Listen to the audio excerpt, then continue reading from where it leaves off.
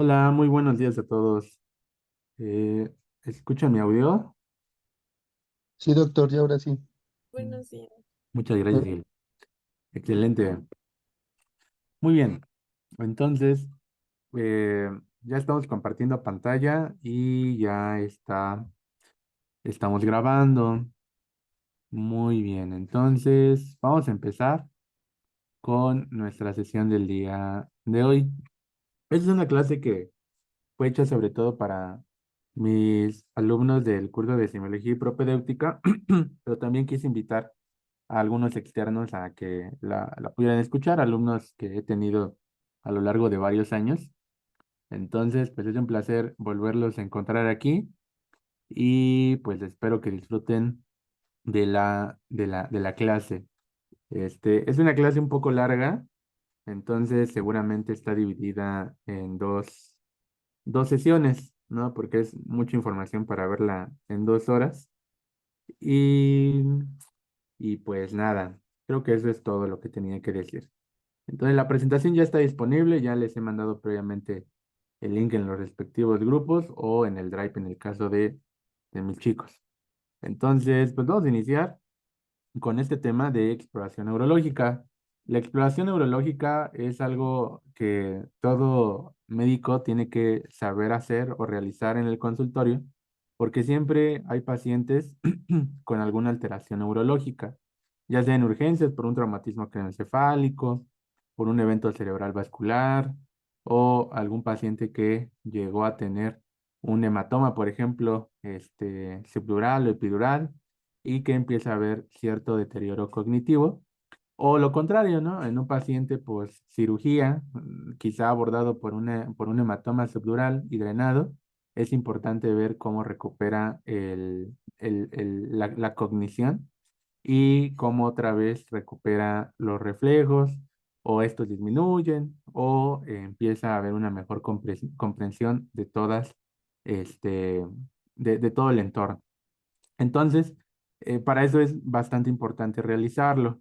Entonces, no se necesita gran cosa más que saber cómo es una exploración neurológica y de qué está compuesta. Entonces, vamos a iniciar. Aquí puse una frase de que si el cerebro humano fuera tan simple que pudiésemos entenderlo, entonces sería bastante simple que no nos entenderíamos a nosotros mismos. Y a lo largo de el tiempo, se han hecho muchas referencias a que pues todo el sistema nervioso es expresado en nuestro entorno y es lo que representa a la humanidad de cierta manera. El sistema nervioso es el único que se puede estudiar a sí mismo y que también puede estudiar a otros órganos y se autoproclamó el número uno, ¿no? Sobre todo siendo el cerebro yo tomando el primer lugar. Aquí puse esta pintura de la creación de Adán, donde se representa la unión entre el hombre y Dios. Del lado derecho está Dios y del lado izquierdo está el hombre. Y algo que llama mucho la atención, si alguien de aquí ha ido a ver la pintura ahora que estuvo el año pasado, algo que llama mucho la atención es que los dedos no se tocan. Esto hace referencia a que el hombre decide si tocar a Dios o estar con él o no estarlo. Esa es una de las de los muchos significados que tiene la pintura. Pero el que más me gusta a mí es que este, si se dan cuenta, Dios se encuentra en en un tronco encefálico y un cerebrito, ¿no? Entonces, Miguel Ángel, que fue quien pintó esta pintura, hace representación de que todas las ideas del hombre en cuanto a religiosas, sociales o intelectuales que surgen y se expresan en el mundo, vienen de acá, vienen del cerebrito, ¿no? Haciendo referencia de que Dios se encuentra en nuestro cerebrito y que es una creación realmente de ahí. Aquí se podría decir que esto sería el cerebrito y por acá estaría el tronco encefálico, ¿no? El tallo cerebral. Y de hecho, pues no soy el único que lo ha pensado, ¿no? Muchos han visto estas referencias, analogías entre el cerebro con la pintura de Miguel Ángel. Entonces, muy curioso, ¿no? Muy interesante. Pero bueno, ahora sí, vamos a lo que nos interesa.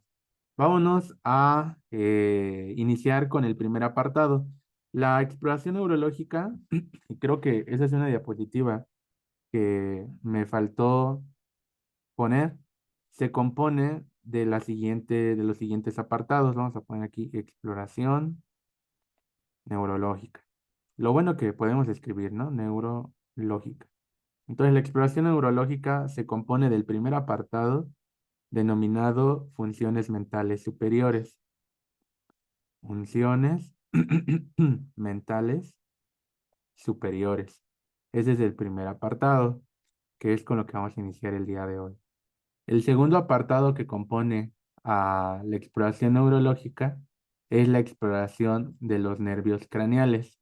Entonces, voy aquí a poner, sí, como dice Jair, son los nervios craneales, ¿no? Vamos a explorar los nervios craneales. El tercer apartado se compone de la exploración del sistema sensitivo. Me refiero al dolor, la vibración, la propiocepción. El cuarto apartado es el sistema motor. Muy bien, David. Y el último apartado se compone del cerebelo, ¿no? El cerebelo o funciones cerebelosas, que de hecho aquí entra el cerebelo y el oído, ¿no? El oído interno. Y entre paréntesis voy a ilustrar que me refiero al sistema vestibular. Entonces, esos son los apartados de una exploración neurológica. En la historia clínica, muy difícilmente en la parte de exploración viene, yo casi no he visto el apartado de exploración neurológica.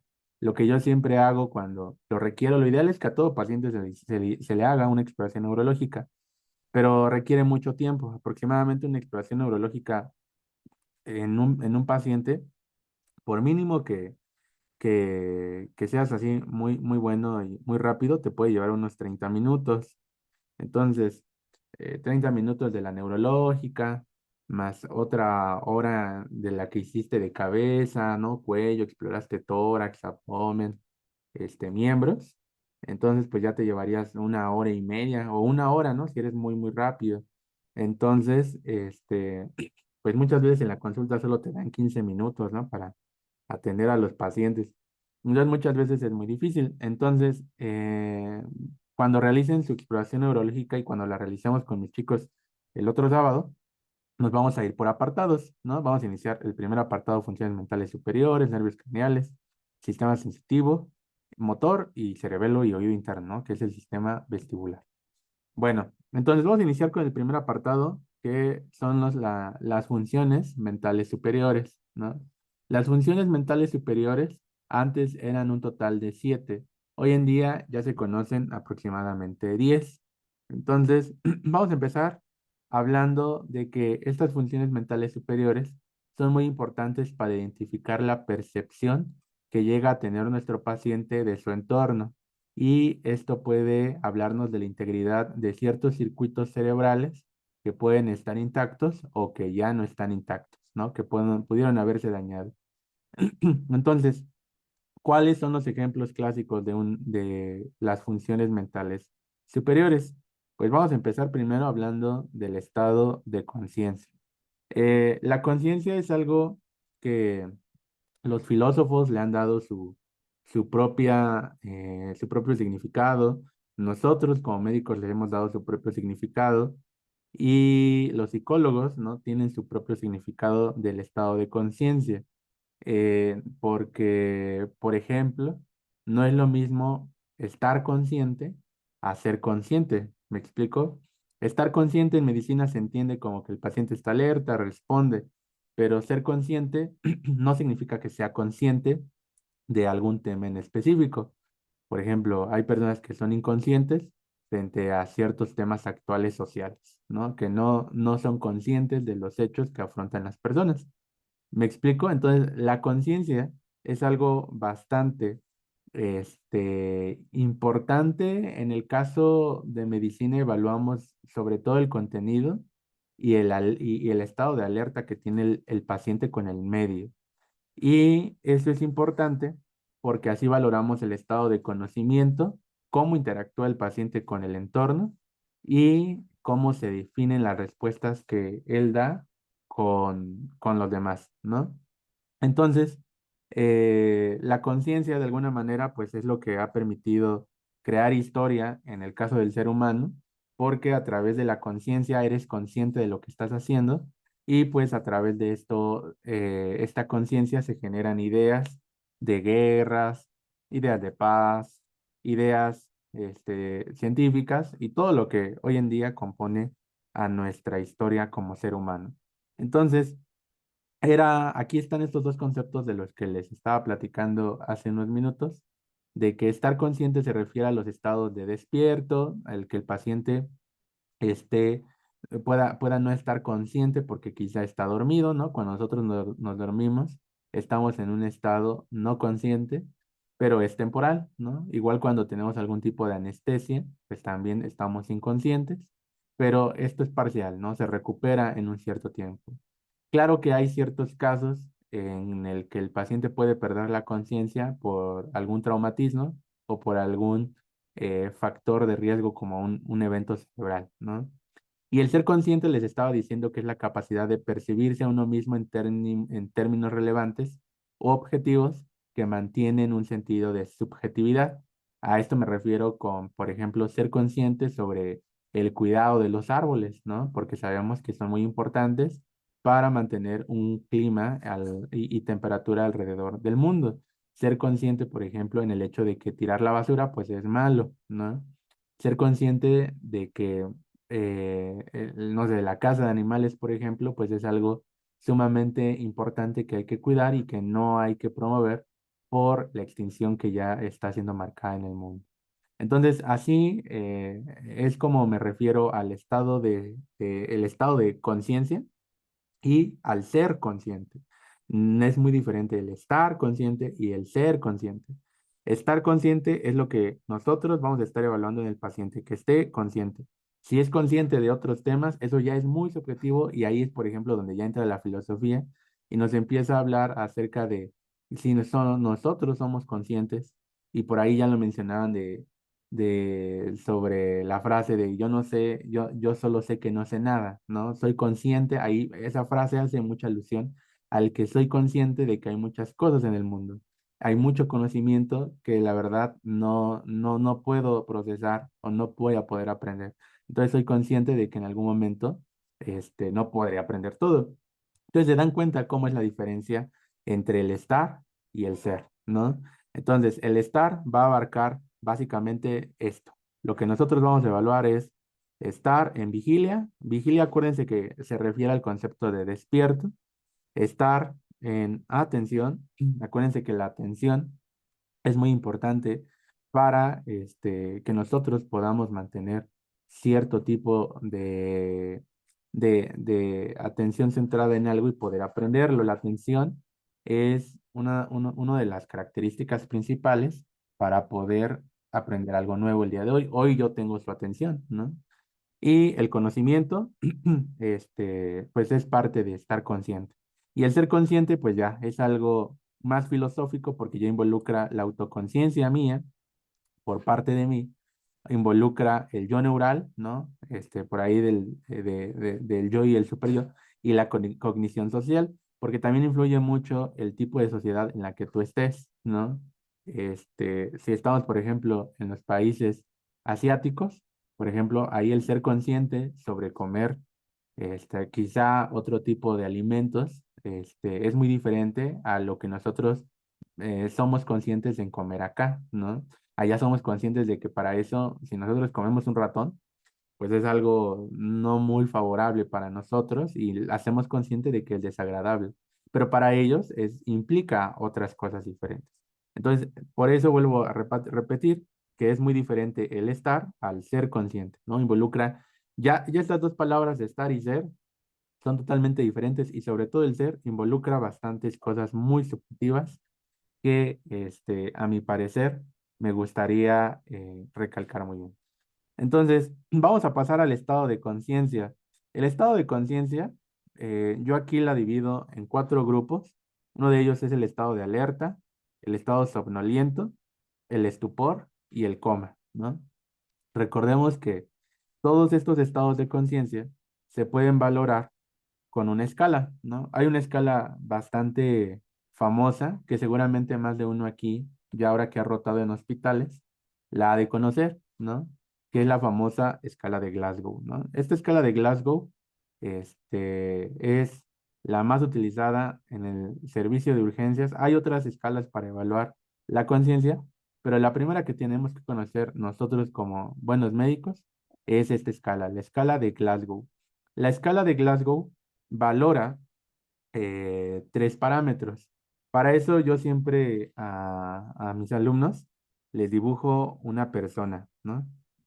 Aquí estaría una carita, aquí vamos a dibujarle el cuello, por aquí vamos a dibujarle el tronco y por acá vamos a dibujarle sus brazos, ¿no? Aquí estaría el paciente con sus bracitos y aquí estarían sus manitas.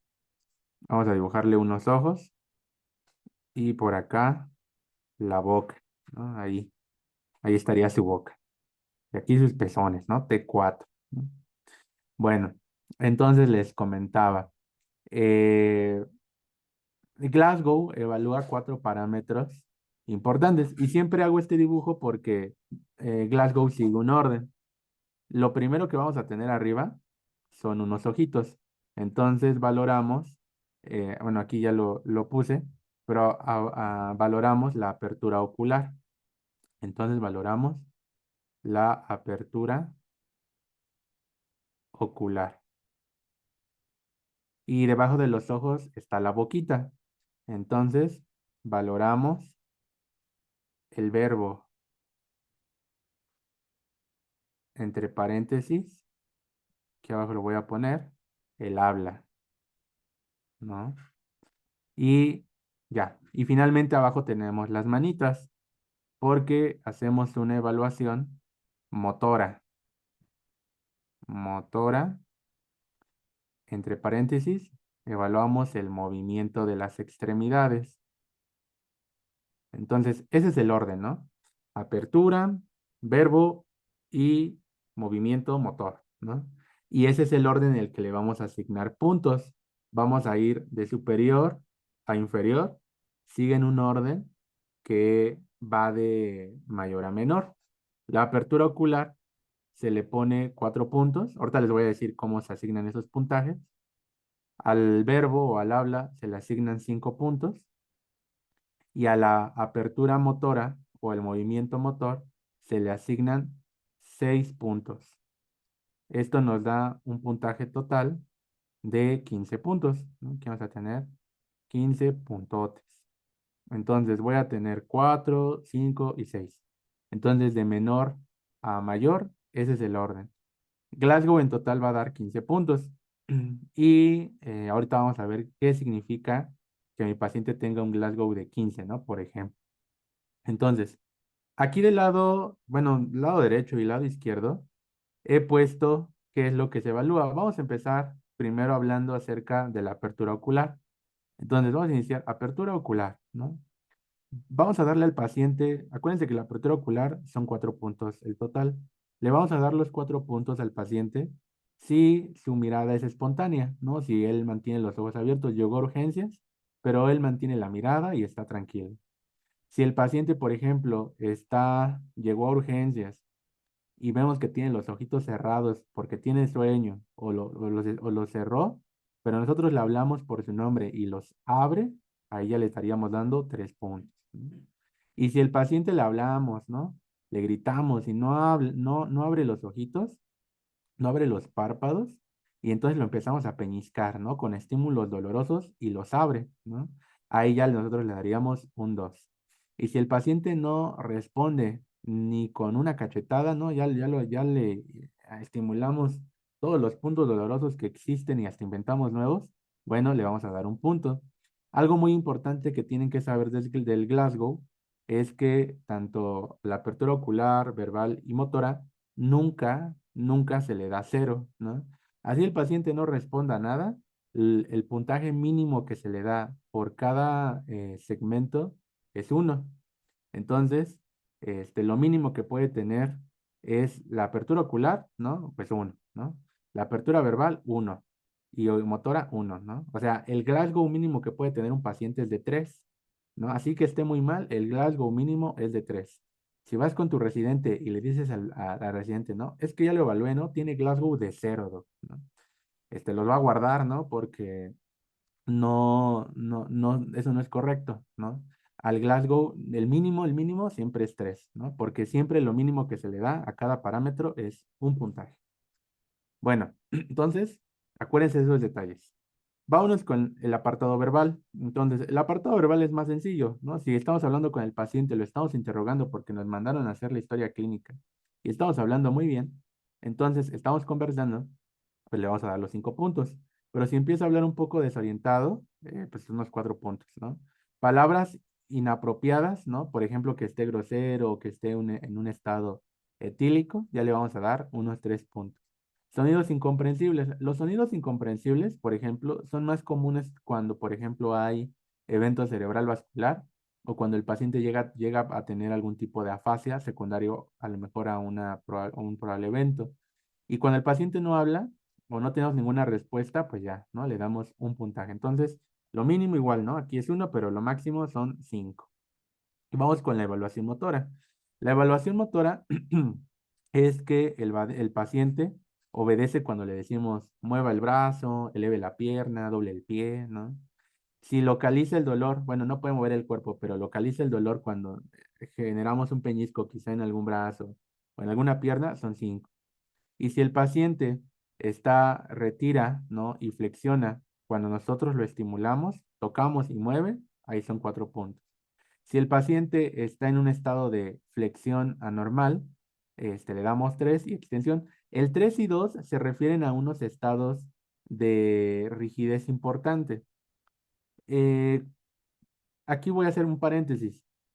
Cuando algún paciente, por ejemplo, tiene algún traumatismo craneoencefálico muy fuerte, siempre las conexiones que se van perdiendo son de cefálico a caudal. ¿A qué me refiero? Véanlo así. Lo primero en morir siempre es la corteza o el cerebrito. Lo segundo en morir es el diencéfalo y después va el tronco encefálico, iniciando primero por el mesencéfalo, luego por el puente y luego por el bulbo raquídeo. Entonces, en ese orden se generan estados que se conocen como el estado de decorticación y el estado de descerebración. Hay un estado que se llama decorticación cuando el paciente tiene flexionado todo el cuerpo, ¿no? Las piernas, las rodillas, los codos las muñecas están en este estado flexionado. Y a eso se le conoce como el estado de decorticación por una flexión, y a eso le llamamos nosotros flexión anormal. Después de unos días, este paciente avanza y pasa al siguiente estado, que es el estado de descerebración, cuando la muerte cefálica se lleva o continúa hacia abajo. Ya involucra casi todo el sistema nervioso central. Y aquí es donde ahora el paciente, en vez de flexionar todo el cuerpo, ahora tiene una extensión de todas las extremidades. Y a eso le llamamos rigidez o estado de descerebración. Y ahí tenemos una extensión anormal. Y ya si el paciente no mueve ninguna parte del cuerpo y ya no tiene todo muscular, pues bueno, nosotros le vamos a dar una respuesta. Y bueno, a eso se refiere con la evaluación motora y entonces aquí estaríamos asignando 6 puntos. 4, 5 y 6, ¿no? Ese es el orden. De hecho, por ahí hay otra mnemotecnia de que este, Glasgow tiene la O de ocular, ¿no? Aquí, aquí la O de ocular. Y la M quiere decir una M, aquí lo voy a poner. Bueno, es una W, pero al revés sería una M de motora. Aquí estaría motora. Y solamente faltaría la verbal.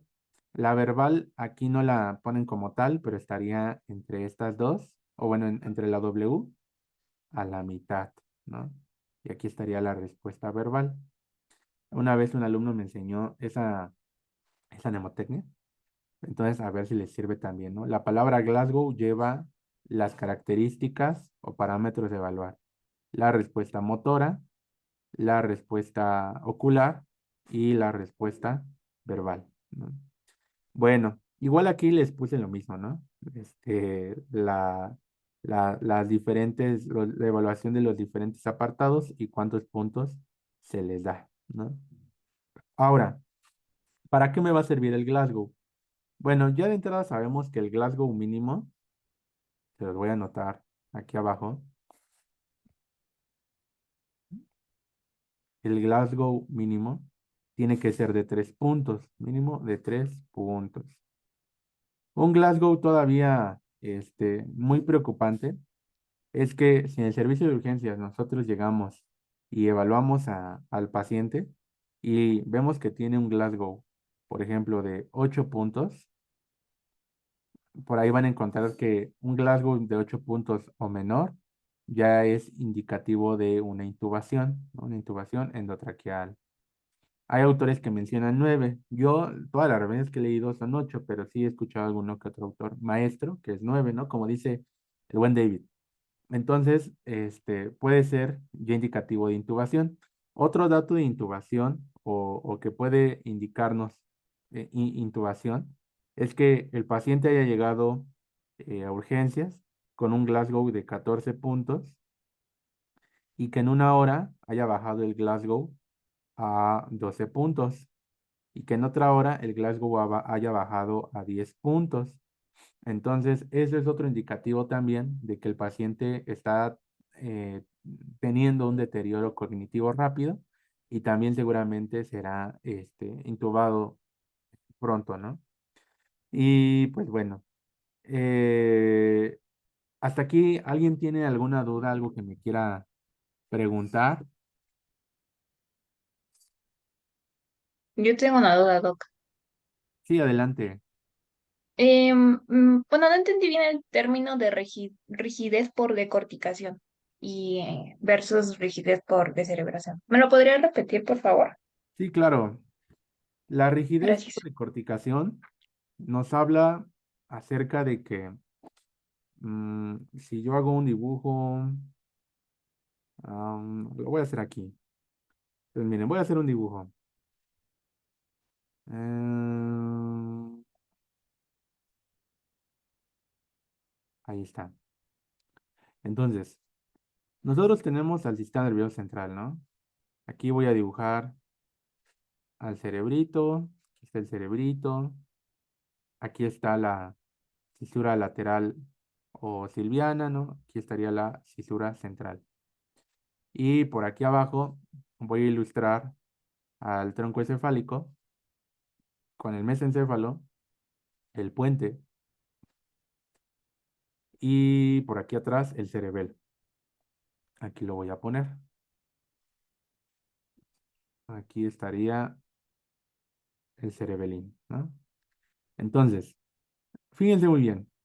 Este, Cuando nosotros estamos frente a un paciente que tuvo un traumatismo cráneoencefálico o que tuvo algún tipo de evento cerebral vascular que se agudizó y ya pasaron más de 24, 72 horas, ¿no? Pero es más fácil si hablamos de un paciente que tuvo traumatismo craneoencefálico, ¿no? Entonces, imaginemos que un paciente con traumatismo craneoencefálico, entonces, se lesiona el cerebro, ¿no? Entonces, cuando hay una lesión en el cerebro, si no se actúa de una manera rápida, para descomprimir quizá algún hematoma o retirar las zonas lesionadas o laceradas, esto puede generar deterioro cognitivo. Siempre el deterioro cognitivo en el sistema nervioso central es rostro caudal. Entonces, siempre el deterioro, aquí lo voy a anotar, el deterioro cognitivo es rostro caudal. ¿Qué quiere decir? Que primero muere el cerebro, después muere el mesencéfalo, después muere el puente, después muere el tronco encefálico y después el cerebelo, ¿no? Y así hasta la médula espinal. Cuando el paciente tiene deterioro o hay muerte cerebral, cuando primero hay muerte cerebral, la vía piramidal se muere, ¿no? Si tú recuerdas, doctora, hay una vía que se llama vía piramidal. ¿Dónde está? Em, déjala busco, doctora. Por aquí ha de estar. Sensitiva, columna dorsal. Creo que es esta. Sí, miren, esta es la vía piramidal. Entonces, recordemos que la vía piramidal es muy importante para mover el cuerpo, ¿no? Movimientos finos, todo eso. Entonces, la vía piramidal, si tú recuerdas, viene de la corteza, ¿no? Entonces, cuando hay lesión o muerte cerebral, pues entonces la vía piramidal vale cheto, ¿no? Porque se mueren las neuronas que dan origen a la vía. Y como se muere en esta vía piramidal, tú sabes que hay otras vías que se llaman vías extrapiramidales, ¿no? Entonces las vías extrapiramidales toman el control. Como esta vía o el jefe ya murió, que era la vía principal, las que toman el control son las vías extrapiramidales. Y recordemos que las vías extrapiramidales, pues son sobre todo estas de acá atrás, ¿no? El tracto rubroespinal, el tracto vestíbulo espinal, el tracto, bueno, el vestíbulo espinal lateral y el vestíbulo espinal medial, etcétera, ¿no? Entonces, como ya se murió la corteza, quien va a tomar el control es el tracto rubroespinal, porque está el mesencéfalo, ¿no? Habíamos dicho que la muerte es rostrocaudal. Pero cuando se muere el mesencéfalo, quien va a tomar el control después será el puente. Y en el puente están las vías vestíbuloespinales, ¿no? Y cuando se muere el puente, ya el paciente ya fue, ¿no? Ya podríamos hablar de una muerte encefálica. Entonces, nosotros tenemos ese deterioro, doctora. Entonces, si nosotros tenemos muerte cerebral, quien toma el control primero, porque tú sabes que el orden es así, es el mesencéfalo, ¿no? Y entonces resulta Sí. que en el mesencéfalo vamos a tener que un tracto que se llama tracto rubroespinal, ¿no? Esta vía, en pocas palabras, lo que hace es la flexión de los músculos, ¿no? Flexiona los músculos del cuerpo, ¿no? Y entonces, como este ya tomó el control porque el cerebro ya murió, lo que va a generar es que este tracto se empiece ya no hay quien lo regula, ya no tiene un jefe. Entonces se empieza a contraer todos los músculos del cuerpo que hacen flexión, porque esa es la función del tracto rubroespinal. Entonces todos los músculos del cuerpo se flexionan, ¿no? Están así bien flexionados. Y entonces cuando nosotros tenemos un paciente que ya es controlado y dominado por el mesencéfalo a través del tracto rubroespinal, a eso nosotros ya mencionamos que a eso se le conoce como el estado allá me moví un montón. A eso ya estábamos comentando Decorticación. que se le conoce como el estado de decorticación. Se le llama decorticación porque la corteza pues ya murió, ¿no? La corteza cerebral ya no existe, ya no hay forma de recuperarla, ya está decorticado y ya tomó control el mesencéfalo. Entonces toma control el mesencéfalo, ¿no? Pero ¿qué crees? Pasan unos días, ¿no? Entonces la decorticación es que el paciente está bien flexionado por la vía que ya mencionamos. Pero pasan unos días y la muerte sigue siendo rostrocaudal. Pasan que es unos 3, unos 4 días y entonces el tracto rubroespinal también se muere. El mesencéfalo también cuelga los tenis. ¿Y quién está abajo del mesencéfalo? El puente. ¿Y quién va a tomar el control ahora? El puente, ¿no? Y resulta que en el puente hay dos vías importantes, que son las vías vestibulares. La vía vestíbulo espinal lateral, ¿no? Que es de las más importantes. Y esta vía o tracto vestíbulo espinal lateral ahora lo que hace es contraer, pero a los músculos que hacen extensión, ¿no? Aquí ya sería lo contrario. Esta vía ahora, como ya se murió el mesencéfalo, ahora el que toma el mando es el puente y toma el mando el tracto vestíbulo espinal, que activa a músculos que van a hacer extensión, ¿no? Que se van a extender. Y entonces, como va a activar a músculos que hacen extensión, Ahora todos los músculos que hacen extensión en el cuerpo del paciente, pues van a contraerse. Entonces ahora el paciente va a estar extendiendo, ¿no? Los músculos.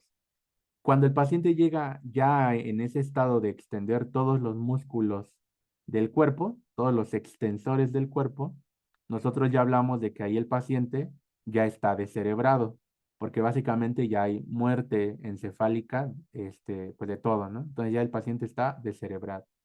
Entonces, descerebrado ya nos está hablando de lesión o muerte encefálica tardía, y decorticado es de que apenas va iniciando como tal la lesión del sistema nervioso, ¿no?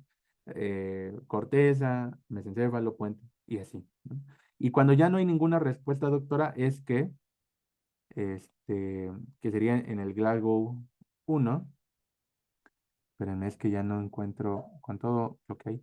Y cuando ya hablamos de una muerte encefálica, y que el paciente le vamos a aportar un Glasgow de 1, es de que ya todo el tronco encefálico, este, murió, ¿no? Y entonces ya no hay una respuesta como tal de los músculos. El paciente ya no está ni decorticado ni descerebrado, ya solamente está, pues ahí está, ¿no? Ya más presente. Ya en los estadios finales, quien regula nada más es la médula oblongada, ¿no? Y la médula oblongada es, como ahí está el centro cardiorrespiratorio, es quien regula nada más la frecuencia y cardíaca y respiratoria, ¿no? Que es cuando se le conoce al paciente que ya está en el estado vegetativo, ¿no? Que es controlado por el sistema nervioso autónomo, porque pues la médula oblongada pues al final es lo único que queda. Y pues ya, ¿no? Estas lesiones ya no se pueden remitir, ya no hay como tal una forma de poder otra vez activar los circuitos hasta cerebro, porque pues ya no se puede, ¿no? Entonces, así funciona el estado de decorticación y el estado de descerebración. ¿Sí me entendiste? Sí, Doc, sí, muy bien, muchas gracias. Bueno, muy bien. Entonces, ya lo último que les voy a decir de Glasgow y lo que les va a importar mucho es que en algún examencillo y también en el servicio de urgencias les van a preguntar, ¿no? Tómale el Glasgow al paciente de la cama 3, ¿no? Que se cayó de su moto, ¿no? Y dime cuánto tiene, ¿no? Entonces, le vas a decir a tu residente, ¿no? Tiene Glasgow de 12, ¿no? O tiene Glasgow de 9, ¿no? O Glasgow de 14. ¿Y eso qué significa, no? Entonces, gracias al Glasgow, nosotros podemos clasificar la gravedad en el caso de un traumatismo cráneoencefálico. Entonces, aquí voy a poner traumatismo cráneoencefálico. Y aquí vamos a hacer los diferentes grados, ¿no? De acuerdo a la GPC, nosotros vamos a tener tres criterios de gravedad. Vamos a tener el grado leve, vamos a tener el grado moderado y por último vamos a tener el grado severo, que realmente ese es el que más me importa, ¿no? Entonces, cuando yo tengo un Glasgow de 13 a 15, pues nadie se asusta, ¿no? Dejamos ahí el paciente en urgencias, vamos por un café, ¿no? Porque no es grave, ¿no? Por lo general, van a ver que, sobre todo en pediatría, los niños que han sido maltratados, que, por ejemplo, una vez me acuerdo de un caso donde llegó un niño de 4 años, este, ya con un Glasgow, yo creo que como de 5, ¿no? De 6, muy triste. Su mamá lo llevó a urgencias porque, según ella, refería que se cayó, ¿no?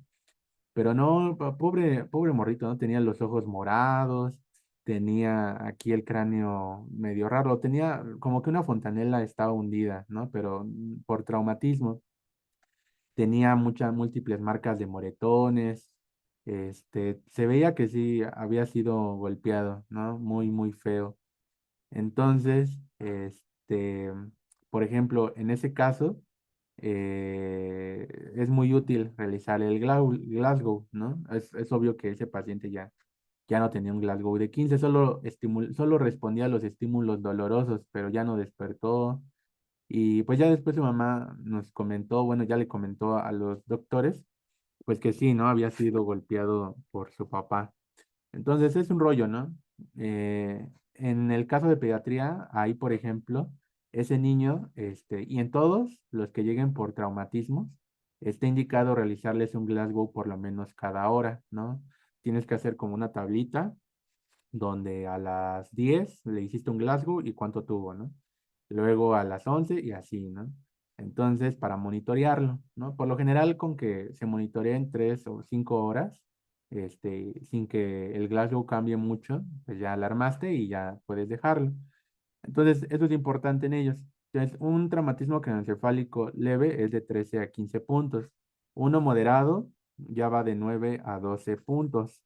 Y ya hablamos de un severo cuando es menor a 8, ¿no? Menor a 8 puntos. Esto apréndanselo, porque es muy útil y también se los van a llegar a preguntar en algún pase de visita, ¿no? Entonces, importante, ¿no? Aquí me preguntan, dice, hola doc, ¿tener Glasgow de 3 significa estar en coma? Si sí, ¿por qué algunos pacientes se recuperan del coma? Es que existen varios tipos de coma.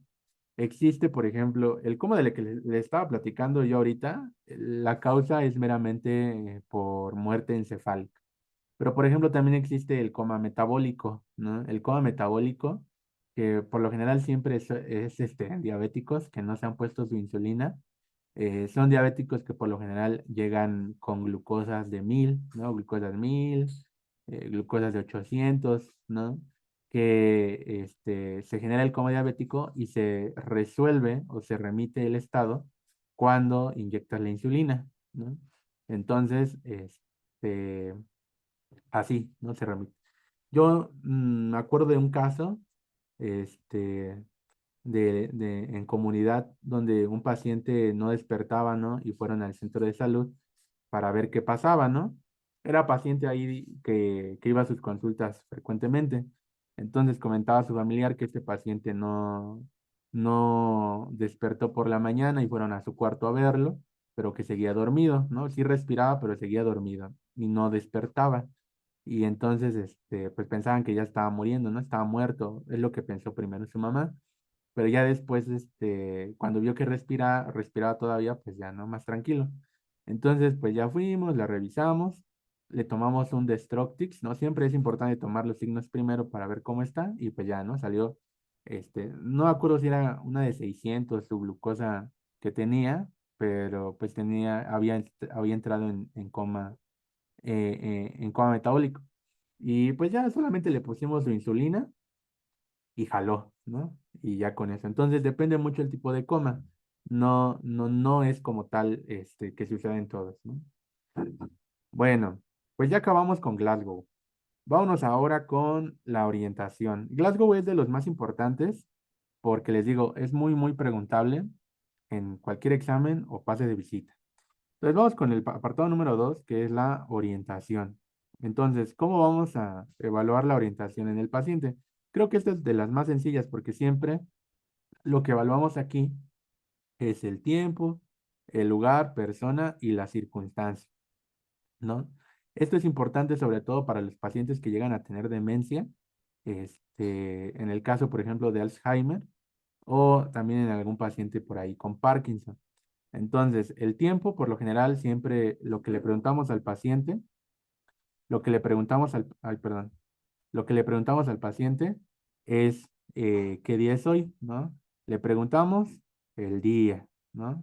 Le preguntamos la fecha, ¿no? Le decimos, oiga, ¿usted sabe qué día de la semana es hoy? ¿No? Y ya te dice, ah, bueno, hoy es domingo, ¿no? Domingo. Y hoy estamos a 15 de octubre, ¿no? Ayer fue el eclipse, ¿no? 15 de octubre del 2023, ¿no? Incluso hasta le puedes preguntar cuántos años tiene, ¿no? Yo tengo 24 años, ¿no? Y así, ¿no? Es como puedes llegar a evaluar el tiempo, en este caso del paciente. Entonces, esto es importante porque yo me acuerdo por allá cuando iba en tercerito, que es como en el quinto semestre de la carrera, que, bueno, yo no tenía un paciente, pero estaba con mi doctor en consulta y me acuerdo que él me preguntó, si podía hacerle un interrogatorio al paciente, ¿no? Era un paciente de 50, 60 años y me preguntó, si podía interrogarle su historia clínica, ¿no? Entonces voy, ¿no? Y le digo, pues sí, doc, voy para allá. Entonces voy, me siento y le platico, ¿no? Oiga, fíjese, yo soy estudiante tal y mi nombre es tal y vengo a hacerle una historia clínica y son varias preguntas, ¿no? Y de inicio todo bien, ¿no? Y ya entonces le pregunto, pues no, ¿cómo se llama? ¿No? Hasta ahí todo bien. Le pregunté, en qué calle vivía, ¿no? Su domicilio, todo iba bien, ¿no? Antecedentes, todo, pero el doctor quería que le hiciera una historia, una exploración neurológica. Entonces, acabé toda la exploración normal y llegué al apartado de exploración neurológica. Y entonces le igual, ¿no? Le comenté, voy a hacerle esta exploración porque necesito explorar su función nerviosa, ¿no? Dijo, sí, doctor, está bien, ¿no? Y llego a este apartado y le pregunto, bueno, dígame qué día es hoy, ¿no? Y me dijo, pues hoy es sábado, ¿no? Y pues no, era lunes, ¿no? Al principio pensé que el paciente estaba bromeando. Y después le pregunté la fecha, ¿no? Y me había dicho 11 de noviembre de 1953, ¿no? Y dije, ah, caray, ¿no? Esto no está bien, ¿no? Le pregunté el lugar, ¿no? Le dije, ¿sabe dónde estamos? ¿No? Por lo general así se pregunta, ¿no? ¿Dónde estamos? ¿Dónde se encuentran? Y pues ya, ¿no? Sí me pudo responder que estábamos en el hospital, bueno, no en el hospital, en el centro de salud, ¿no? Centro de salud. Y dije, bueno, quizá empezamos con el pie izquierdo. Pero cuando pregunto por la persona, de él, ¿no? Le digo, ¿usted cómo se llama? Pues me respondió su nombre, ¿no? Apellidos, todo. Y entonces, en eso llega su esposa, ¿no? Y ya llega su esposa y le pregunto, ¿quién es ella, no? Y dice, pues es mi esposa, ¿no? Se llama tal, ¿no? Y pues todo bien, ¿no? Y entonces le pregunta él a su esposa, ¿no? Oye, ya hablaste con Juan, ¿no? ¿Qué te dijo, no? Juan era su hijo, ¿no? Juan era un hijo que tenía él. Y entonces su esposa me comentó que su hijo ya había fallecido, pero que él no lo recordaba. Entonces ahí fue muy interesante, ¿no? Conocer este tipo de pacientes. Ya después me enteré, preguntándole al doctor, que era un paciente que había tenido traumatismo craneoencefálico, porque lo habían golpeado y tuvo, pues sí tuvo una lesión importante en el sistema nervioso. Entonces, aunque lo vean así de chiste, sí les va a llegar a tocar alguna vez, espero, pacientes que no están orientados. Entonces, importante ese concepto. Entonces, en lugar, ya les había dicho, ¿dónde estamos? Estamos en el centro de salud. También pueden preguntar cuál es la dirección del centro de salud, ¿no? Le puedes preguntar, ¿en qué dirección está el centro? Le pueden preguntar, ¿en qué alcaldía está el centro? Alcaldía. Incluso hasta le pueden preguntar en qué país o en qué, parte del continente, ¿no? Ahí ya depende mucho qué tan detallados quieran ser ustedes. En persona, primero pregunten quién es él, cuántos años tiene, etcétera, ¿no? Aquí por lo general, acuérdense que siempre todos los pacientes mienten. Entonces, siempre lo que se le pide al paciente es una identificación. Se le pide, pues el INE, ¿no? Que es lo que más tiene a la mano el paciente. Y ya le preguntamos su fecha de nacimiento, su nombre completo, básicamente esos datos. Entonces ya tenemos la persona. Y por último, la circunstancia, ¿no? Este último apartado casi nadie lo pregunta, pero es importante.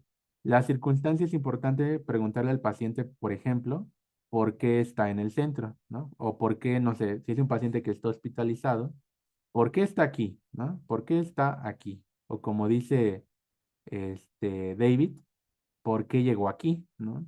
Entonces, eso es importante. ¿Por qué está aquí usted? Ah, bueno, yo estoy aquí porque me caí, ¿no? Me atropellaron y ya no recuerdo nada, ¿no? O estaba jugando y de repente me desmayé, ¿no? Entonces, eso es importante, saber por qué está aquí, ¿no? Porque muchas veces ni recuerdan cómo llegaron, entonces es importante. Entonces, cuando nosotros redactamos esta parte de la historia, podríamos poner que está orientado en tiempo, lugar, persona y circunstancia. Hay autores que llegan a utilizar un término u otro concepto que se llama alopsíquico. Alopsíquico. Entonces se puede utilizar pues ese concepto, ¿no? Está en alopsiquia, para resumir que está orientado en tiempo, lugar, persona y circunstancia, ¿no? Bueno, vámonos ahora con la atención. En el caso de la atención, hay muchas formas de poder evaluarla, ¿no? Una de ellas es preguntarle por los meses del año. Yo lo que siempre hago es primero preguntarle los meses del año, ¿no? Dígame los meses del año. Y por lo general siempre inician de enero a diciembre, ¿no? Así, de enero a diciembre. Y entonces, una vez que te lo dicen enero, febrero, marzo, ahora le dices, dígamelo, de adelante hacia atrás. Ajá, entonces va a empezar de diciembre a enero. Diciembre a enero. ¿Caro? ¿No habló? Bueno, entonces te va a decir, bueno, es diciembre, noviembre, ¿no? Octubre, septiembre, agosto, julio, junio, ¿no? Al revés. Y lo mismo pueden aplicar con los días de la semana. Le pueden pedir que te digan los días de la semana de lunes a domingo y de reversa, de domingo a lunes, ¿no? Le puedes pedir al paciente también que te letree alguna palabra, ¿no?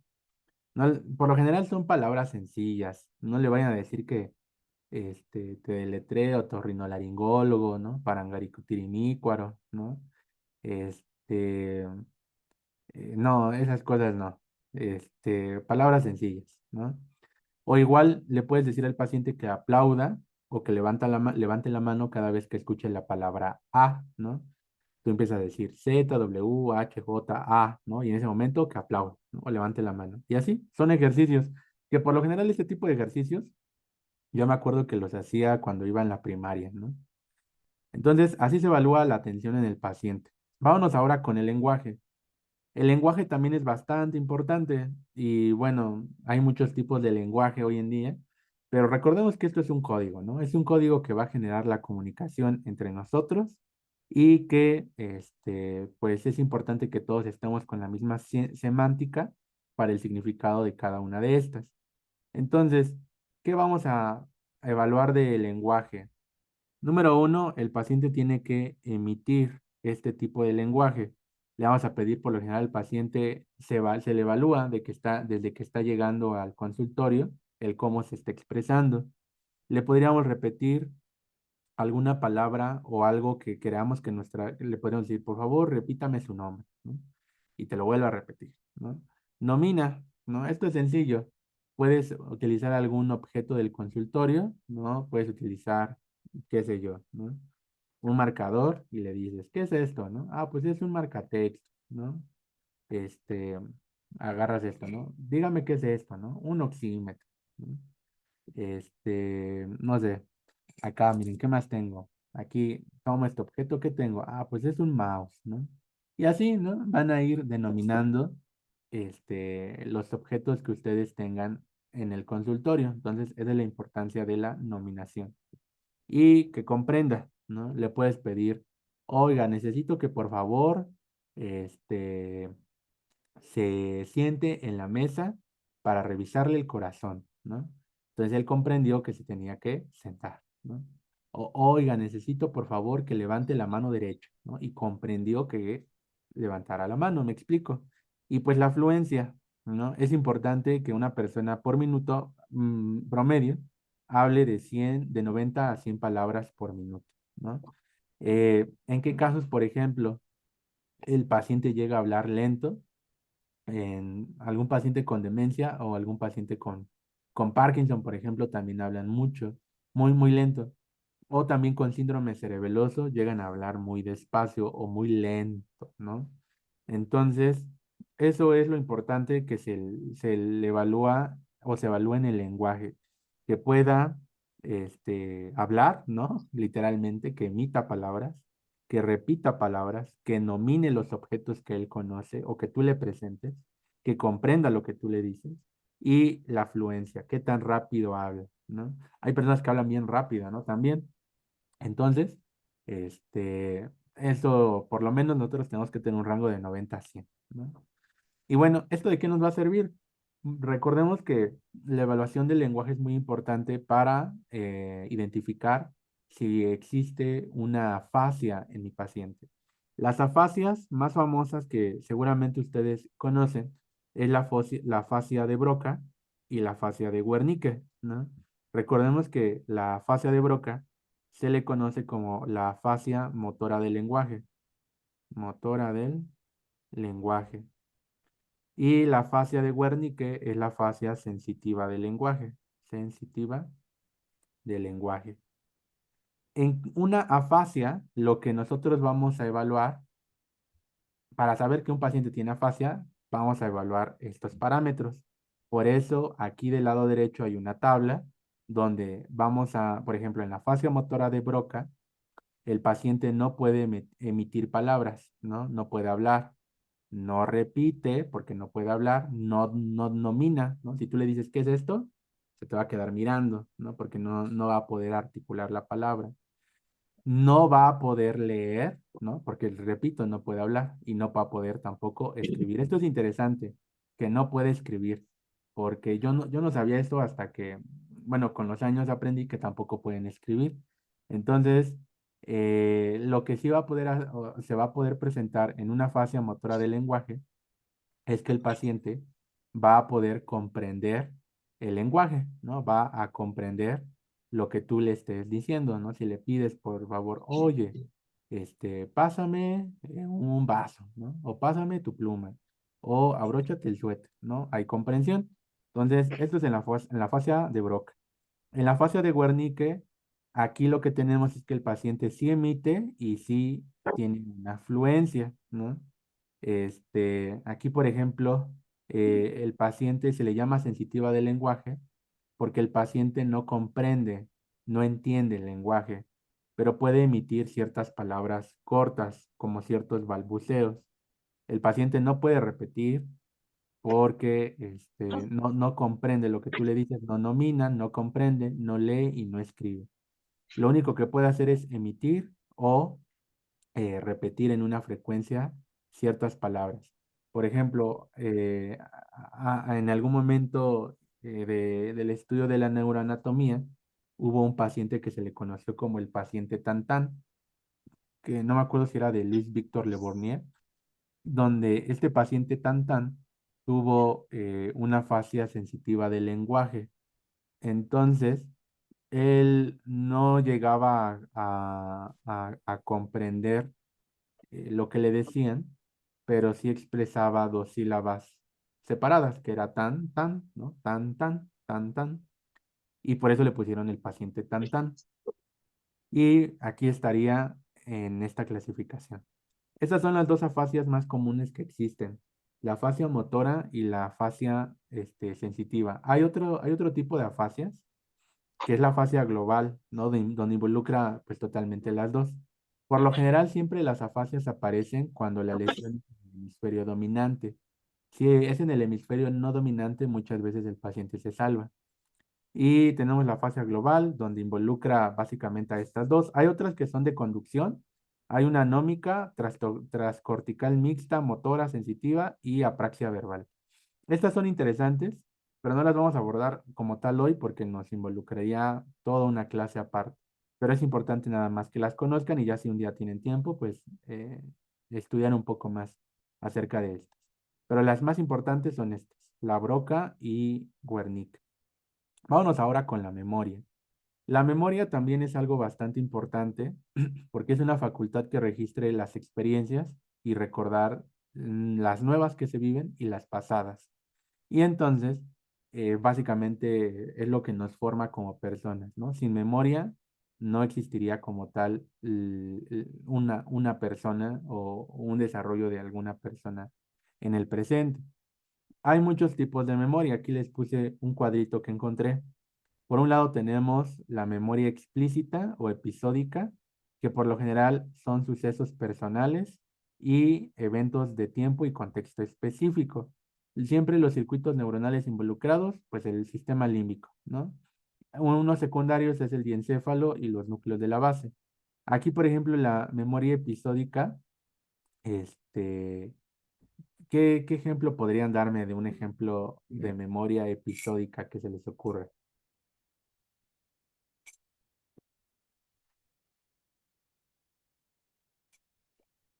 ¿Quién me dice un ejemplo? Su boda, su cumpleaños. Exacto, ¿no? Los clásicos, ¿no? Un cumpleaños especial, bueno, todos lo recuerdan, ¿no? Pero supongo que hay un cumpleaños que ustedes, por ejemplo, recuerden mejor que otros, ¿no? Yo creo que nadie quiere recordar un cumpleaños feo al cumpleaños más padre que han tenido hasta ahorita, ¿no? O por ejemplo, algún hecho importante cuando se casó el paciente o cuando celebró, no sé, algún hecho específico, ¿no? ¿Qué se me ocurre? Una fiesta de su hijo, por ejemplo, también. El chiste es de que son eventos en tiempo y contextos específicos, ¿no? Por ejemplo, ustedes, la primera vez que dieron una consulta o la primera vez que hicieron un examen en medicina, ¿o saben cuál? Yo creo que muchos no olvidan nunca su primer día en medicina, ¿no? El primer día del primer año, ¿no? Yo te me acuerdo, yo la primera clase que tuve el primer día, ese lunes, había sido anatomía, ¿no? En el quinto piso, ¿no? Había sido anatomía en el quinto piso, en el B508, ¿no? Me acuerdo que llegué de blanquito, ¿no? Y no estaba el doctor titular, estaba la pasante, entonces, llegué tarde, ¿no? Me acuerdo más por eso, porque llegué tarde. Me acuerdo que el metro se había parado y entonces, pues llegué tarde. Entonces sí, sí me acuerdo todavía. Y así, ¿no? Igual yo creo que ustedes tienen en su memoria episódica este tipo de eventos, ¿no? El primer día de medicina. Y estoy seguro que también van a recordar el último día que, que estuvieron en su facultad o el último día que fueron estudiantes o su primer día de internado, ¿no? También esa es otra cosa que yo recuerdo mucho, mi primer día de internado, ¿no? Mi primer día de internado fue un sábado, ¿no? Fue el sábado 1 de enero, ¿no? Este, llegué, y ese día estábamos en cirugía, me acuerdo, y en urgencias. Entonces no había mucho ese día porque como era festivo, pues todos estaban crudos, entonces no hubo nada. Pero me acuerdo de ese primer día de internado, ¿no? Me acuerdo todavía de mis compañeros, ¿no? Una compañera se puso a llorar conmigo, ¿no? Yo nada más le pregunté cómo se llamaba. Entonces, sí, así, ¿no? Hay cuestiones. Vámonos con la semántica. La semántica ya es más con vocabularios, hechos, conceptos que no son específicos en tiempo o en contexto específico. Aquí, por ejemplo, de los que más se ejemplifica, pues es la memoria semántica respecto a todo el vocabulario que uno almacena en el cerebro para poder comunicarse con las otras personas y poder entablar conversaciones, ¿no? Como recuerdo que el otro día platiqué con tal persona y hablamos de que nos veríamos y íbamos a salir a tomar café, ¿no? Como que es un hecho que no es muy específico y no tiene un contexto muy importante en nuestras vidas. O, por ejemplo, leí el otro día en las noticias que este, el- hubo chinches en la UNAM, ¿no? Chinches en la UNAM. Entonces, no fue como tal muy específico en tiempo o contexto para mí, pero también es importante. Y hay otra memoria que es implícita o de procedimiento. Esta es de las memorias que yo creo que es muy importante en nosotros, porque gracias a eso nosotros adquirimos habilidades motoras, ¿no? Escribir, manejar, ¿no? Andar en bicicleta, patinar, ¿no? Todos esos son ejemplos de habilidades motoras, ¿no? Aquí lo pongo jugar golf, jugar tenis, ¿no? Todo eso, ese es otro tipo de memoria. Entonces, estos son los tipos de memoria que se evalúan en el paciente. Por lo general siempre se les pregunta acerca de un recuerdo feliz, un recuerdo triste, y también se evalúan hechos recientes, ¿no? ¿Qué opina usted acerca de la guerra que hay en el Oriente, en Medio Oriente actualmente, ¿no? O de conceptos más actuales, ¿no? ¿Qué opina usted del eclipse, ¿no? Eso es algo más reciente. Entonces, aquí hay otro cuadro también que es básicamente lo que le estoy platicando, pero es más, que un poco más detallada. De la misma manera, aquí está la memoria episódica y les estaba diciendo que esta memoria episódica es recordar tiempos importantes en tu vida, ¿no? Tu cumpleaños, ¿no? ¿Qué cenaste el otro día? Y pues esta memoria abarca desde minutos hasta años.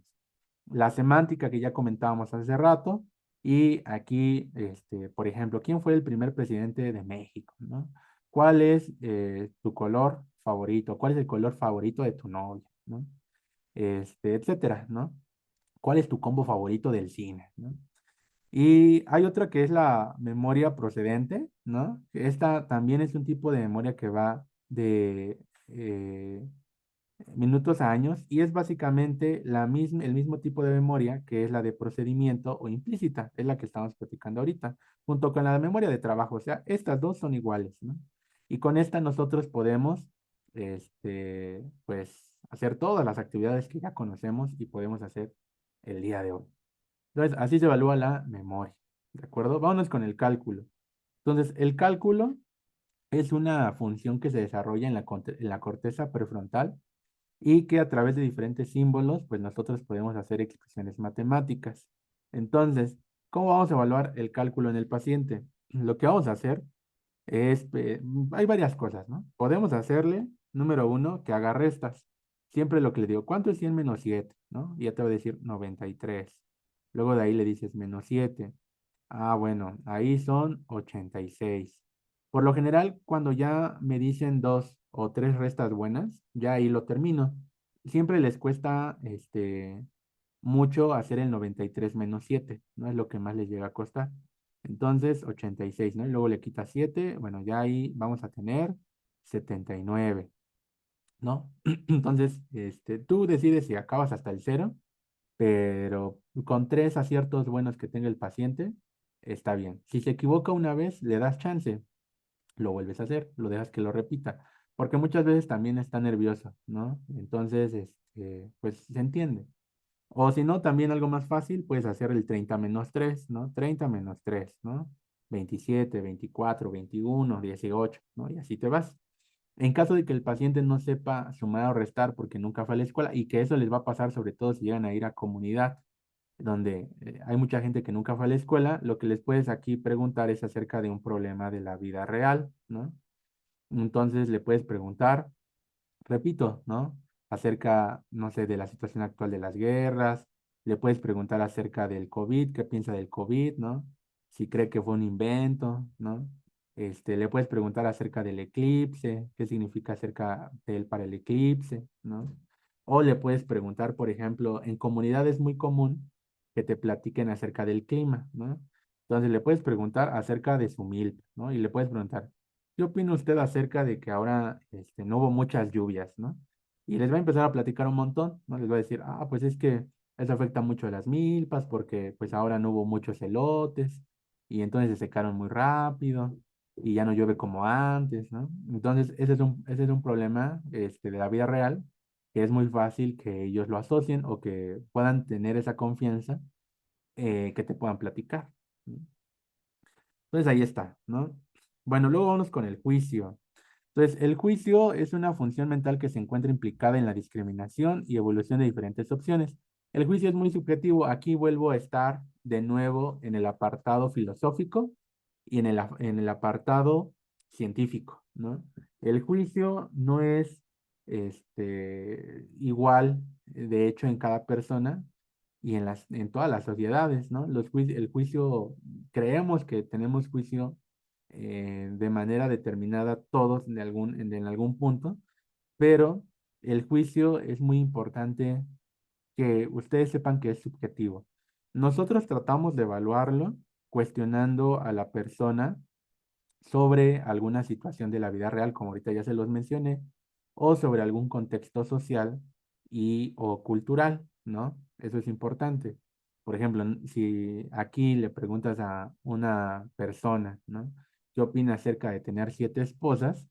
Te va a decir que pues no es correcto, ¿no? Pero si vas a Dubái, ¿no? Vas a Arabia y le preguntas qué opina él acerca de que los hombres tienen que tener siete esposas, pues te va a decir que pues es obligatorio, ¿no? Es algo importante en su cultura. Entonces, repito que es algo muy subjetivo evaluar el juicio en, en cada país y en cada persona, ¿no? Pero bueno, por lo general aquí en México les puedes preguntar acerca de los temas que ya les comentaba, ¿no? O qué opina acerca de la delincuencia, ¿no? También eso es algo muy común, ¿no? Más si es del Estado de México, te va a dar unas buenas historias, ¿no?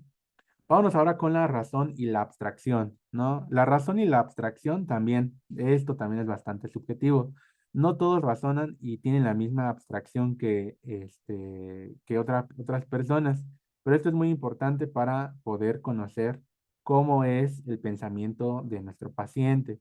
Entonces, aquí puedes hacer las pruebas de semejanza o las pruebas de diferencias o la de interpretación de refranes. Vamos a hacer algunas para que participen conmigo. Por ejemplo, ¿no?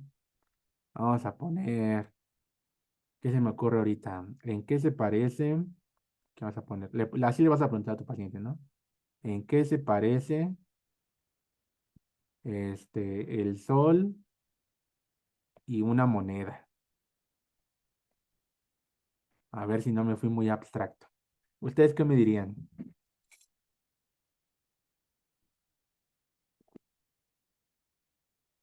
en que ambas brillan También, yo o son esperaba que me dijeran doradas. que ambas son redondas, ¿no? Son redondas. Pero bueno, a ver, quizá también así, ¿no? También por eso hay que pensar mucho qué le vas a decir a tu paciente, porque muchas veces, tú eres más abstracto que él, ¿no? Entonces, pobre paciente, ¿no? A ver, va otra, ¿no? ¿En qué se parece? ¿En qué se parece un limón y una hoja? Una Son hoja verdes. de manzana o una hoja de naranja, una hoja que ustedes quieran, pero de las que hay en los arbolitos. Una hoja de árbol, ¿no? Creo que este está más fácil, en que son verdes, ¿no? Que son verdes. Entonces así van a hacer sus pruebas de semejanzas, ¿no? ¿En qué se parece un melón y una manzana? ¿Qué es lo que tienen en común? Son frutas, ¿no? Que son frutas, ¿no? Sencillo. ¿No? ¿En qué se parece un carro y una bicicleta? Ah, pues que los dos tienen ruedas, ¿no? Me explico cómo son esas pruebas, ¿no? En las pruebas de diferencia, ahí, por ejemplo, es algo similar, pero lo haces con diferencias, ¿no? Por ejemplo, se me ocurre ahorita, ¿en qué son diferentes? ¿En qué son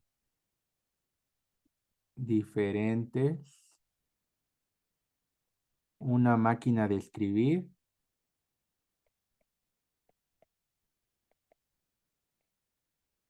y una impresora? Ah, fácil, fácil. ¿Qué me dirían ustedes? A ver.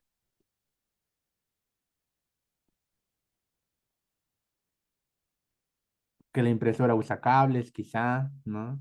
Que la máquina de escribir usa rollitos de tinta, que la impresora usa electricidad, ¿no?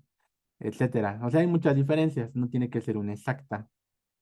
Este, no sé, a ver, alguien deme otro ejemplo de diferencias. Son todas las que se me han ocurrido. ¿Alguien se sabe otra?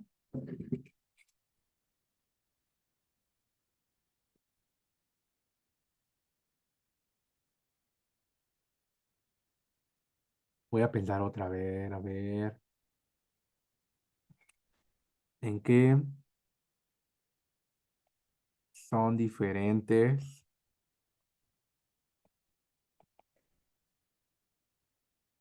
El Sol, más bien ya sé, en qué son diferentes la Tierra y Marte. Estamos de acuerdo que los dos son planetas, ¿no? Pero ¿cuál sería la diferencia entre uno y otro? Puede ser el tamaño, puede ser la cercanía al Sol, puede ser que aquí hay vida, puede ser que Marte es rojo y la Tierra es azul, ¿no? Entonces, eso es algo importante. Otra, por ejemplo, en qué son diferentes el agua de mar y el agua de un pozo, ¿no? O de un manantial, ¿no? Ah, bueno, es que el agua de mar es salada y el agua de un manantial no es salada, ¿no? ¿Me explicó si entienden como estos ejercicios de los que les platico? ¿Sí me entienden? Sí, doctor. Sí. Sí. Bueno, y luego llegamos finalmente a la interpretación de refranes. En la interpretación de refranes, aquí, por ejemplo, le vas a preguntar a tu paciente, ¿qué entiende usted con el refrán camarón que se duerme, se lo lleva la corriente? ¿Ustedes qué me dirían? ¿Qué entienden por ese refrán?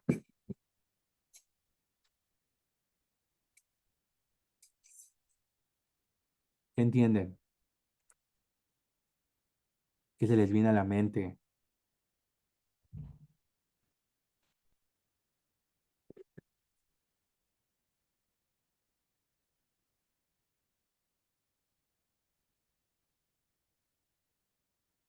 ¿Qué opinan? Puede ser eso, ¿no? David dice, si no estudias puedes reprobar, ¿no? Puede ser algo así. U otra puede ser, otro refrán, el que madruga Dios lo ayuda, ¿no? Esa es otra fácil. El que madruga Dios lo ayuda. ¿Qué otro refrán se saben? Solo me acuerdo de esos dos. Mm, bueno, hay muchos, ¿no? Este... Ah, miren, me acordé la de más vale... es una así que más vale paso que dure que trote que no alcance, algo así, no me acuerdo. Ajá. Ah, sí, por ejemplo, aquí David dice, agua que no has de beber, déjala correr, ¿no? Está bien, ¿no? Muy buen refrán. Y ya sí, ¿no? Le preguntas al paciente qué significa para él. Entonces ya, vámonos con las nocias, ¿no? Las nocias son muy importantes porque con estas evaluamos también las áreas corticales que existen en el cerebrito. Entonces, las nocias son un conjunto de experiencias sensoriales que va adquiriendo mi paciente a lo largo de su vida. Algunas pueden hacer con ellas o unas las va desarrollando todavía más y algunas las puede ir adquiriendo todavía más. Entonces, por ejemplo, ¿no? Siempre me llegan a preguntar, doctor, ¿qué son las nocias, no? Dígame un ejemplo de nocia.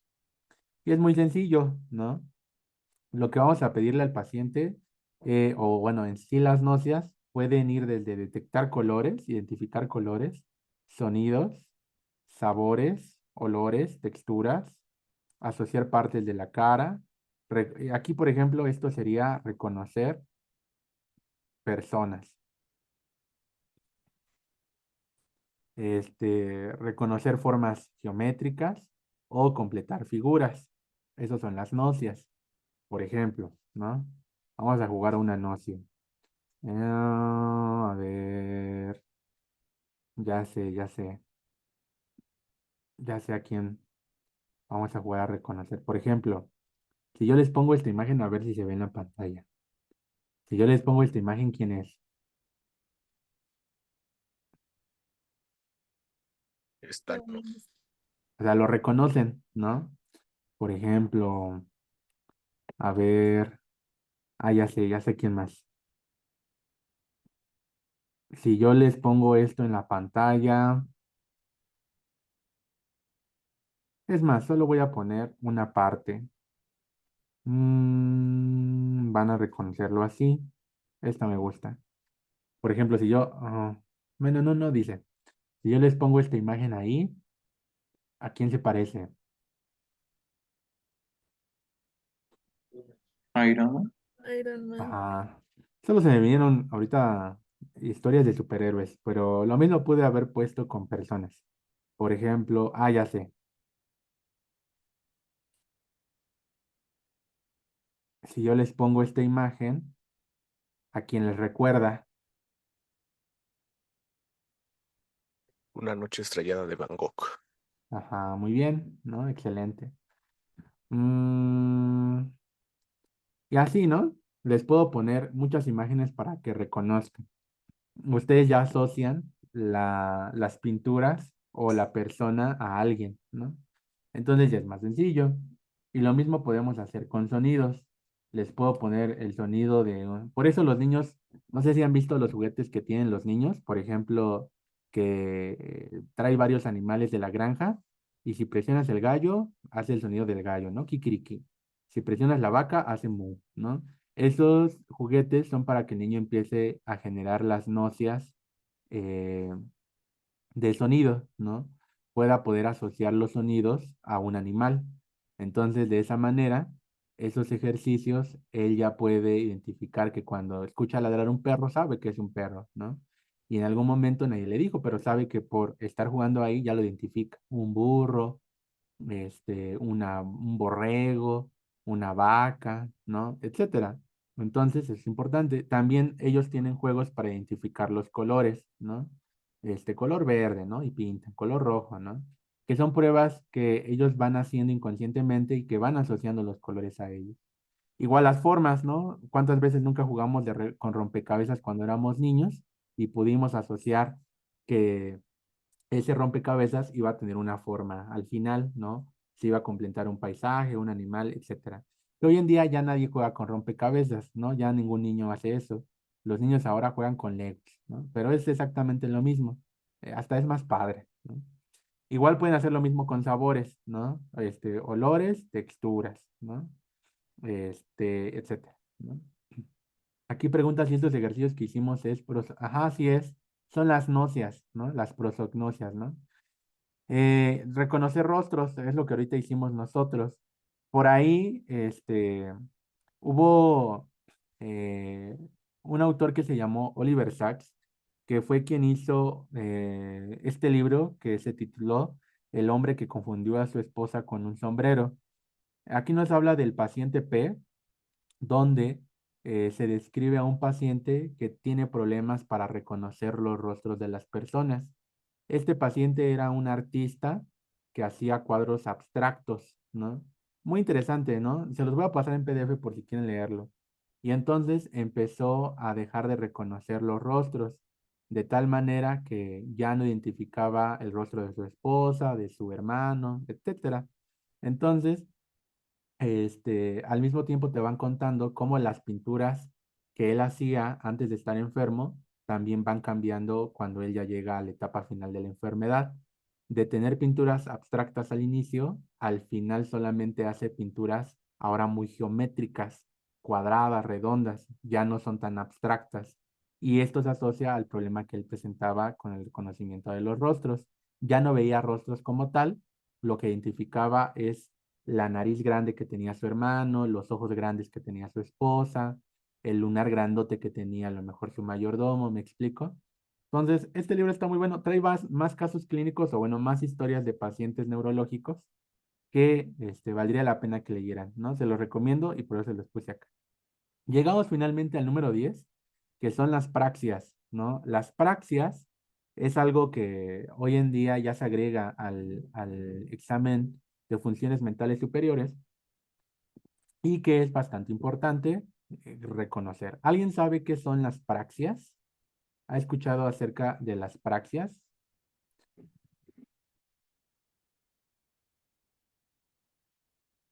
David aquí dice saludar. Sí, David, Este, adelante. bueno, parece que recuerdo que nos comentó que eran como tipo movimientos como, ¿cómo se puede decir? Estereotipados que Ah, previamente aprendimos, ¿no? A lo largo como de nuestra vida, ¿no? Exacto, son movimientos estereotipados. Estereotipados, secuenciados. Ustedes hacen praxias todos los días. Ustedes saben que en el cerebro, en la corteza cerebral, existen las áreas primarias, ¿no? ¿Qué áreas primarias conocen ustedes? El área motora primaria, ¿no? El área auditiva primaria. ¿Qué otra área conocen ustedes?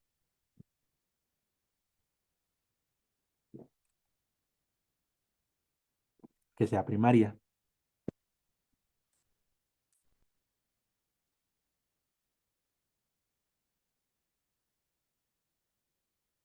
¿Qué otra área? Cuéntenme, cuéntenme.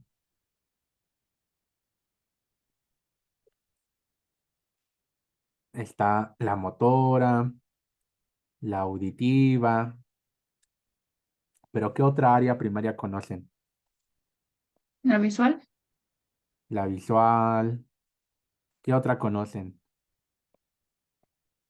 Aquí, visual, motora y estas tres. ¿Qué otra conocen? Cuéntenme, cuéntenme. La sensitiva, les ayudo. O somestésica primaria. Está también ¿cuál? La olfatoria, está la gustativa. Hay muchas, ¿no? Y también existen las áreas secundarias, ¿no? ¿Cuáles son las áreas secundarias? Pues la área visual secundaria, motora secundaria, ¿no? Auditiva secundaria, ¿no? Pero existen otras áreas que son las áreas terciarias. Áreas terciarias. Terciarias. A estas se conocen como áreas. Se le conoce, el doctor Julio le llama las triple A, porque son las áreas de asociaciones.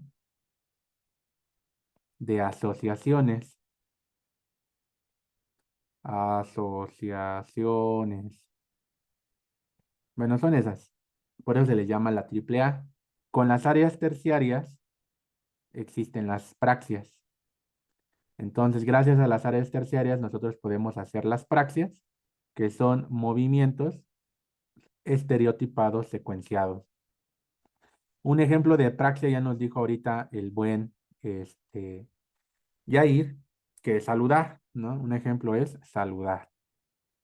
Otro ejemplo es vestirse. Por ejemplo, cuando ustedes salen de bañarse, ya tienen su ropa en su camita, ¿no? Se colocan la ropa interior, luego una camiseta, quizá el pants o un pantalón, luego un suéter, luego sus calcetas, se colocan los tenis y al final se peinan, ¿no? No es al revés, o sea, es un orden secuenciado, ¿me explico? Eso es una praxia. Los pacientes con demencia ya no se pueden vestir, ¿no? Olvidan cómo hacerlo.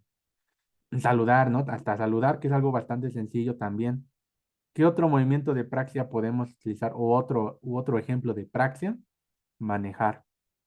Sobre todo el manejar estándar, ¿no? Al principio cuando aprendes a manejar, pues se te apaga el carro, ¿no? Pero ya después con el paso del tiempo lo haces inconsciente. Pisas el clutch, metes primera, sueltas el clutch, pisas el acelerador y arrancas, ¿no? Otro ejemplo de praxia, pues es tocar la guitarra, ¿no? Ya aquí nos está comentando David, ¿no? La guitarra. Tocar la guitarra o algún instrumento es bastante importante porque también memorizamos el orden en el que se tiene que hacer. Sobre todo, por ejemplo, la batería, sobre todo la guitarra, ¿no? También son estos ejemplos. El comer, ¿no? Comer es otro ejemplo de praxia. Ustedes saben que comer, pues tienen que, bueno, cada quien lleva un orden, pero nadie empieza por el postre, ¿no? O nadie, primero se acaba todas las tortillas y ya luego come el plato fuerte. O inicia por el postre, luego por la entrada y luego por el plato fuerte, ¿no? O sea, hay un orden en el que cada quien come y ya lo está estipulado. También, por ejemplo, una praxia es para estudiar, ¿no? El cómo estudias, qué orden llevas, que son movimientos, repito, ya más avanzados, pero los clásicos, vestirse, manejar, peinarse, ¿no? El peinarse es una praxis importante. Todos, estoy seguro que aquí todos tenemos una forma especial para peinarse. Nadie se peina, así nada más se pone gel y ya, ¿no? Agarra su peinecito, se ve al espejo. Las mujeres quizás se planchan el cabello, ¿no? Se ponen un poquito de aerosol, ¿no? Los hombres un poco de cera, ¿no? Pomada, ¿no? Entonces, son movimientos importantes que se realizan con las áreas de asociación de asociaciones. Cuando un paciente ya no puede realizar esto, ya nosotros decimos que tiene apraxia, ¿no? Acuérdense que la A es sin. Entonces, el paciente pierde esta capacidad o comportamiento para realizar los movimientos integradores motores para ejecutar lo que previamente aprendió, ¿no? Muy triste tener apraxia. Y bueno, aquí le pedimos al paciente que haga algunos gestos, le valoramos algunas habilidades, por ejemplo, para manejar objetos. Le decimos, oiga, por favor, quiero que le saque punta a este lápiz, ¿no? O por favor, quiero que se quite el zapato y se lo ponga y se abroche las agujetas, ¿no? O quiero que por favor, se quite su sudadera y se la vuelva a poner y se abroche todos los botones, ¿no? Esos son ejemplos. Y pues ya los movimientos de la vida cotidiana, quiero que me diga cómo se peina, ¿no? Y así. ¿Entendieron qué son las praxias? Sí, doctor. ¿Sí? Sí, Doctor, ahí en las praxias también podemos pedirle al paciente que dibuje, o sea, dibuje una imagen que ya fue presentada anteriormente. Puede ser también, por ejemplo, aquí aplicaría más sobre todo si es un paciente que se dedicó sobre todo en su vida a las artes o se dedica a las artes, ¿no? Está ahí porque pues ella tiene pinturas o cuadros previos y te puedes guiar y puedes observar la comparación del antes y ahora, ¿no? Como por ejemplo en el hombre que confundió a su esposa con un sombrero y puedes hacer una comparación. O en el caso de un paciente que es escritor, le puedes decir que escriba algo y lees un texto que él escribía antes, ¿no? Un libro quizá que publicó antes. Dibujar, aquí también podría ser algo importante, pero tendrías que pedirle que dibuje algo bastante típico y bastante sencillo. El clásico ejemplo que ustedes van a ver es que le pidas que por favor dibuje un reloj con las manecillas a tal hora, ¿no? Por ejemplo, a las 3:30, ¿no? 3:30, ahí está. Y aquí lo que nosotros evaluamos es de que también ponga toda la numeración, ponga las manecillas y ponga la hora exacta que te dijo. Porque hay personas que dibujan así, ¿no? Afuera están las manecillas. Entonces, esto es algo importante. Aquí David nos está haciendo la aportación de que también el cómo sirve un vaso de agua es importante, ¿no? Tiene que agarrar un vaso, agarrar la jarra, voltearlo, ¿no? Son movimientos también aprendidos. Que te prepare un café, ¿no? Prepáreme un café, ¿no? O prepáreme un té, ¿no? O un vino, ¿no? Entonces también es importante. Entonces, esas son las praxis, ¿no? Pablo, ¿no? Así podría ser. Y bueno, aquí les puse esta de el diario de geriatría donde nosotros estamos haciendo la diferencia entre nocias y praxias. Me gustó mucho porque aquí te dicen que las nocias es saber para qué es, ¿no? Yo sé que eso es una chamarra, ¿no? Yo sé que ese es el doctor, ¿no? Lo reconozco. Y saber cómo se usa es las praxias. Entonces, con las nocias identificas qué es, con las praxias sabes cómo usarlo. Yo sé que eso es un carro, pero con mis praxias que tengo, yo sé manejarlo. Yo sé que esto es un lápiz, ¿no? Y con las praxias yo sé escribir. ¿Me explico? Entonces, entre diferencias entre nocias y praxias, sí es importante que los conozcan, ¿de acuerdo? Entonces me gustó mucho. Y bueno, en el consultorio nosotros no vamos a tener tiempo de proyectarle esta presentación al paciente. Y más cuando estamos iniciando, muchas veces es difícil recordar cuáles son todas las funciones mentales superiores que se evalúan. Y por eso, mis estimados, existe algo que se llaman mini mentals, ¿no? Seguramente alguna vez han visto uno. Sobre todo si ya están rotando en primer nivel, ahí hay un montón de mini mentals.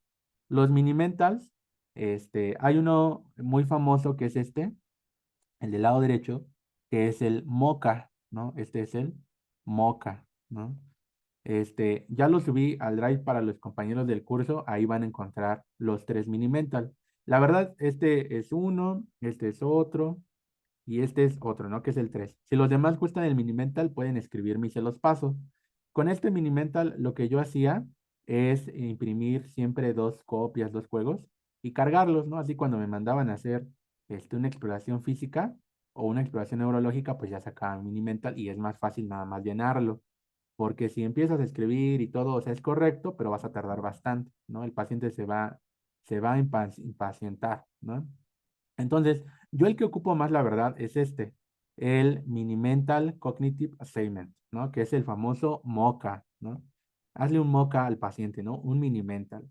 Y aquí ya viene resumido los ejercicios. De hecho, aquí engloba todas las funciones mentales superiores, ¿no? Viene desde la función ejecutiva visoespacial, lo que ahorita decía Pablo de ver el reloj o dibujar, la identificación, memoria, atención, ¿no? Y no te llevas más de 10, 15 minutos haciendo esto, ¿no? Es muy sencillo. Entonces, así de sencillo con los mini mental se puede evaluar. Entonces, el próximo sábado, que tengamos la sesión práctica con los chicos de semiología, vamos a hacernos un mini mental, que no creo que sea el próximo sábado, más bien cuando hagamos la sesión presencial, porque todavía nos falta un montón, ¿no?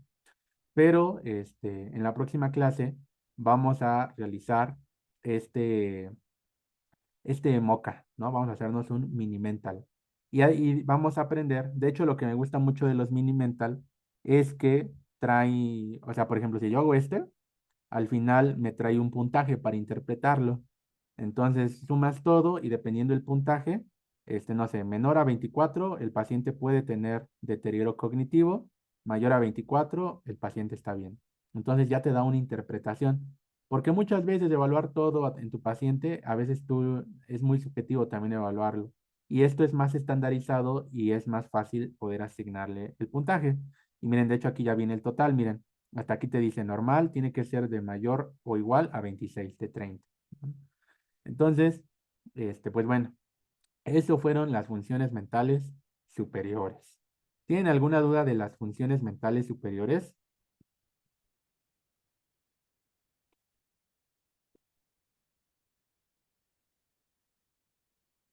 No, ¿No? ¿Los demás qué tal? ¿Sí me entendieron?